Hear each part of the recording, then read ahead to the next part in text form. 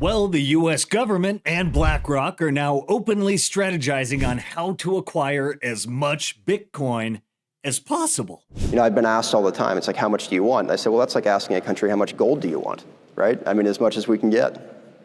Yeah, you heard that right. And yes, we have reached nation-state level Bitcoin FOMO. I mean, the element of Bitcoin of FOMO, fear of missing out, has reached the nation-state level and the sovereign wealth fund level, central bank level, and it's the same on that level as it is on any level.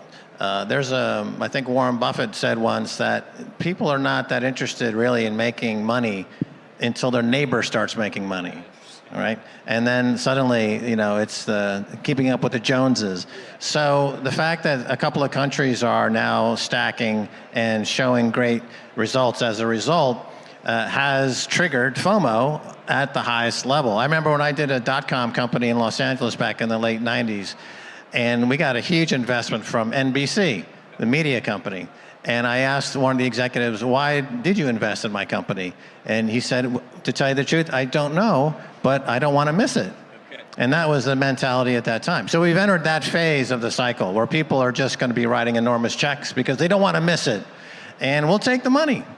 That's UAE doing it big, but Max called it. And now Trump's executive team literally discussing budget-neutral ways to stack sats. And I love Kaiser's strategy right here. We should implement this immediately. Absolutely insanely bullish stuff. But at the same time, the global debt bubble just hit a record-shattering $318 trillion. And we have a viral clip circulating that feels eerily like 2008 all over again. But here's the thing. This time, there's a way out. And the biggest players in the world, they're making their moves. So what happens next? Bitcoin moon mission, institutional hyper-adoption, a complete monetary system reset. All three? Well, let's break it down, shall we? Send it!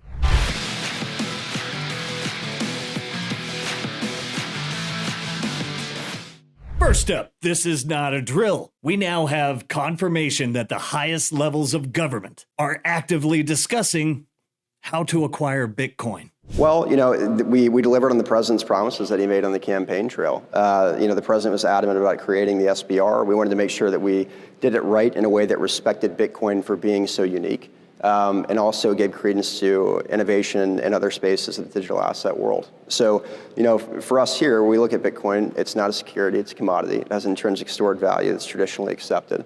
It has, as David likes to describe, the immaculate conception. There's no issuer. And that's why, as you saw in the executive order, we compared this to digital gold. It's something that's imperative for the United States to have, retain, continue to build on. And I think that's worth pointing out that the way that this is constructed, we talked about ways of acquiring more Bitcoin in budget-neutral ways that won't cost the taxpayer a dime. And what I like to say about this president, I think it's high time that our president started accumulating assets for the American people, which is what President Trump is doing, rather than taking it away.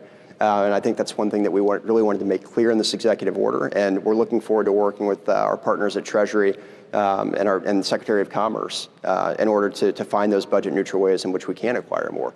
I've been asked all the time, it's like, how much do you want? I said, well, that's like asking a country, how much gold do you want, right? I mean, as much as we can get.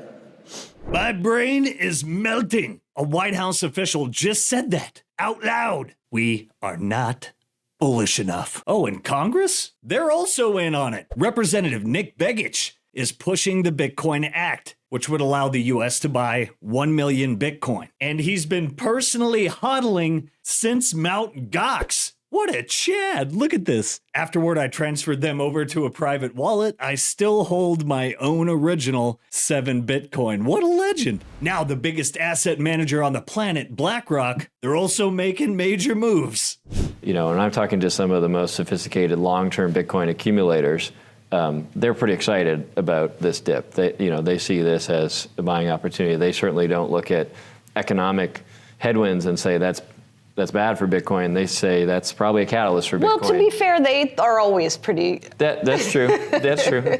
But some of them, we're taking chips off the table a little bit in the hundreds, and now they see this correction, and a lot of them view it as sort of an irrational sell-off based on short-term factors. I don't know whether that's true or not, but certainly there's a lot yet to be sort of understood and processed about this asset and how people think about it from a risk return perspective and in a portfolio and how the correlation should play out over the long run. So we're trying to play a role in that. Lots of other financial institutions that have come into this space are trying to bring some quantitative rigor to that as well. They're openly admitting that Bitcoin is still undervalued and buying the dip. More on BlackRock later. And I know what you're asking. What does this mean for the rest of us? Well, my friends, while governments and billionaires are scooping up Bitcoin, the global economy is in absolute shambles. Breaking 5.5 trillion was wiped out from the stock market in the last 30 days.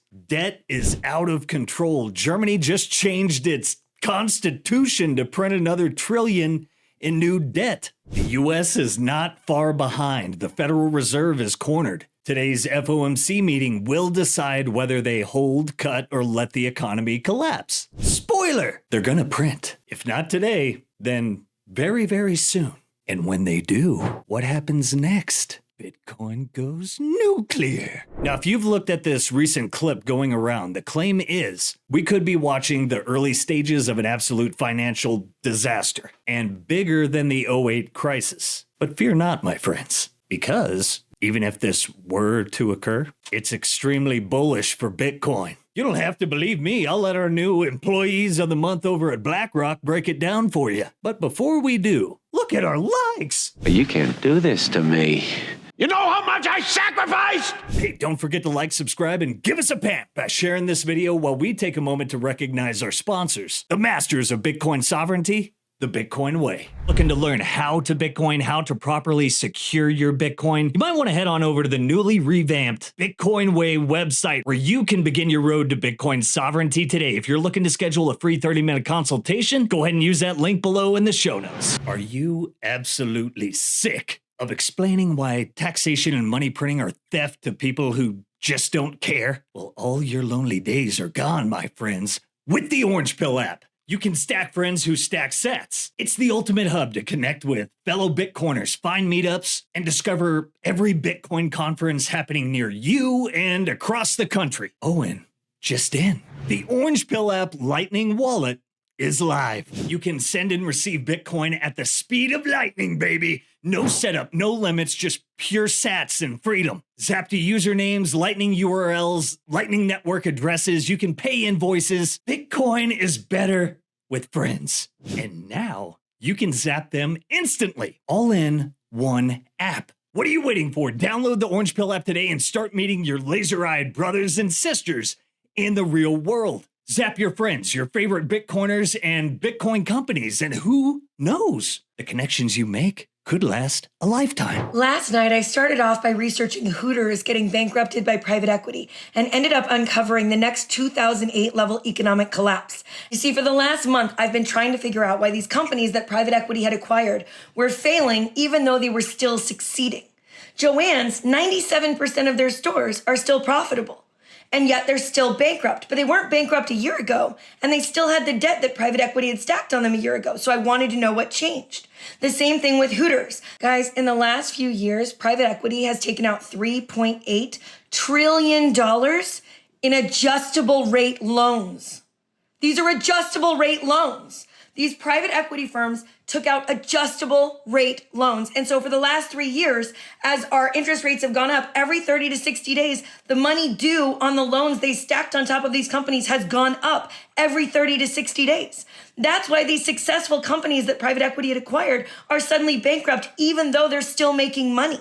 They're bankrupt because they're paying adjustable rate loans. $3.8 trillion. $3.8 trillion in this debt. Okay, I want you to look back to 2008. Do you want to know how many risky adjustable rate mortgages there were? $1.1 trillion. Do you want to know how many subprime but not quite as bad loans there were? $1.3 trillion. That was just in housing. In the $3.8 trillion held by private equity, they own the largest shares of the home ownership market in the United States, but they also own the daycares.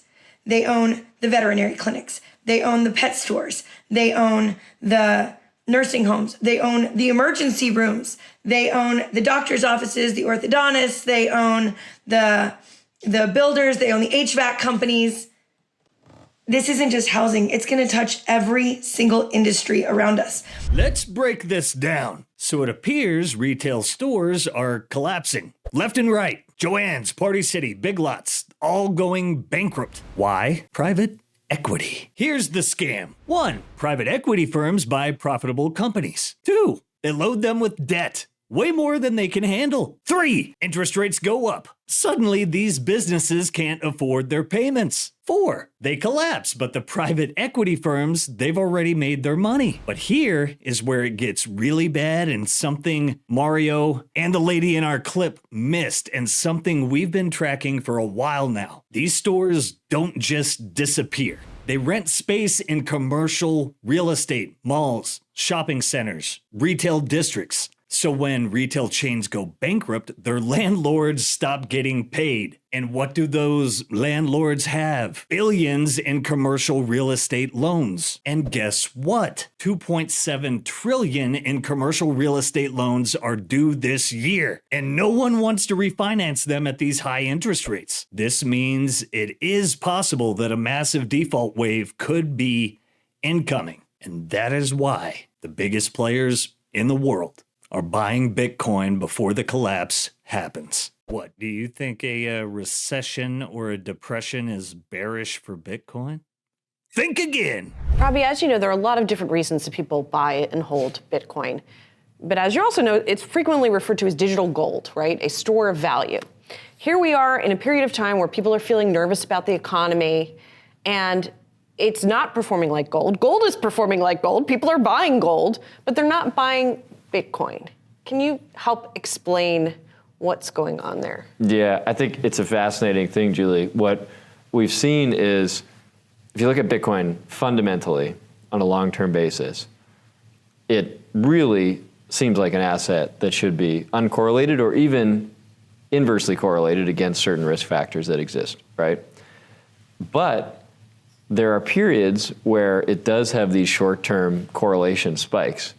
And what's interesting is some of what we've seen lately seems to be self-fulfilling and actually a self-inflicted wound by some of the research and commentary that the industry does, leaning into this idea of it as a risk-on asset at times, which really doesn't make a lot of fundamental sense. When you think about what it is, it's a global, scarce, non-sovereign, decentralized asset. It exists outside of any one country's economic, political, or monetary system. And so that fundamentally, we think is what the long term is. That's why people think of it like digital gold.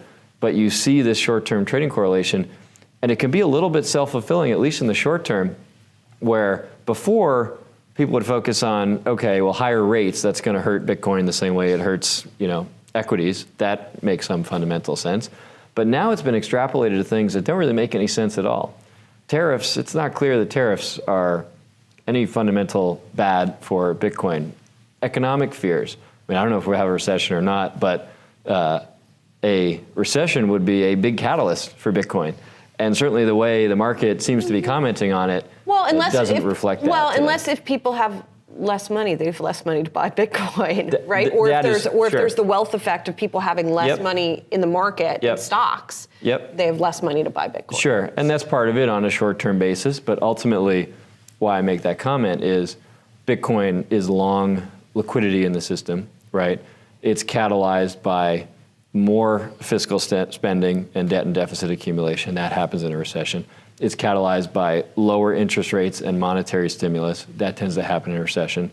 And it's catalyzed to some extent over just fears of general social disorder, right? And that, too, unfortunately, is something that can come up in a recession. So the market has almost, it seems, gotten this in some ways, not particularly well calibrated, but that's where the opportunity comes in for education in a market and an asset class that's still very nascent, right? And so we've been doing a lot of that in terms of education around our clients, helping them see through some of these conflicting narratives that seem to be out there. BlackRock is almost becoming as bullish as me. Simulation confirmed. And it's not just the US, BlackRock, and sovereign wealth funds, and 70 plus public companies. Russia and Bolivia just announced they're using Bitcoin for oil trades. You like apples? How about them apples? Oh, and if that wasn't enough, we might have the Department of Defense getting into Bitcoin mining. Yeah, the same people who laughed at your magic internet money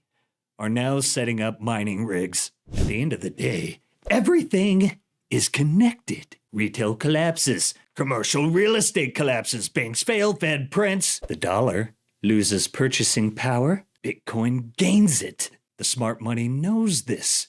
Do you? Drop a comment below. Does this end in bailouts or hyperinflation or both? And don't forget, Mining Disrupt 2025 is next week. That's right, the biggest Bitcoin mining conference on the planet is coming to Fort Lauderdale March 25th through the 27th. Get your tickets today and join thousands of Bitcoin mining professionals and enthusiasts from around the globe for an electrifying experience at Mining Disrupt. See the latest cutting-edge hardware, products, and services that are revolutionizing the Bitcoin mining industry. For over half a decade, Mining Disrupt has been the premier conference and expo exclusively dedicated to the Bitcoin mining industry. Be part of the future and join the movement that's shaping the world of Bitcoin mining. Don't miss out. Head over to miningdisrupt.com and get your tickets today. Use promo code SimplyBitcoin for 20% off. Hey, and I'm going to be there with Nico and Afi, the Simply Bitcoin news desk. We'll be there, and we hope to see you there.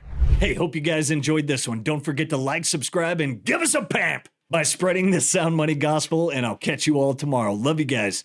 Peace. If you prefer to go down with the ship, fuck you.